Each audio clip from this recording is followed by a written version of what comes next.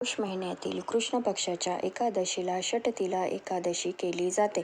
या दिवशी तिळाचा वापर अत्यावश्यक आहे. या व्रतामध्ये तीळ दान केल्याने मोक्ष प्राप्त होतो अशी मान्यता आहे.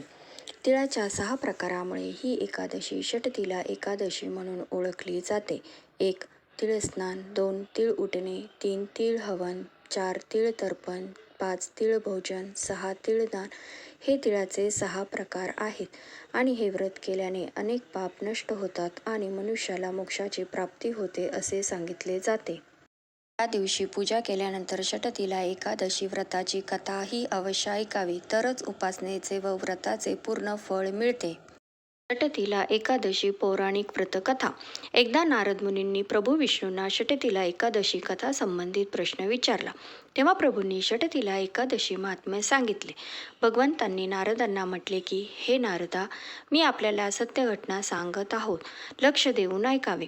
प्राचीन काळात मृत्यूलोकात एक ब्राह्मणी राहत होती.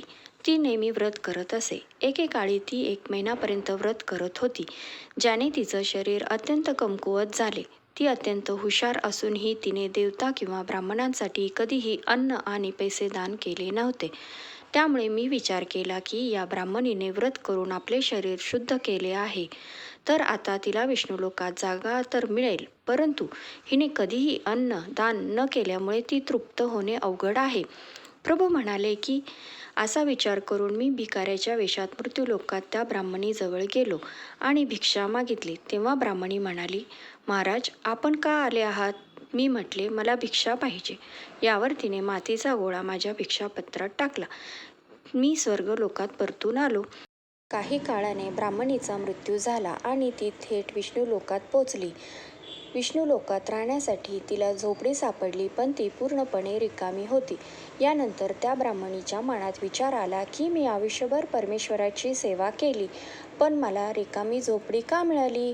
तेव्हा श्रीहरी म्हणाले, तू मनुष्य जीवनात कधीही अन्न किंवा धन दान केले नाहीस आणि मला मातीचा गोळा दिल्याने असे घडले. तेव्हा त्या ब्राह्मणीने देवाला या समस्येवर उपाय विचारला. यावर मी तिला म्हटले की, आधी तू आपल्या घरी जा.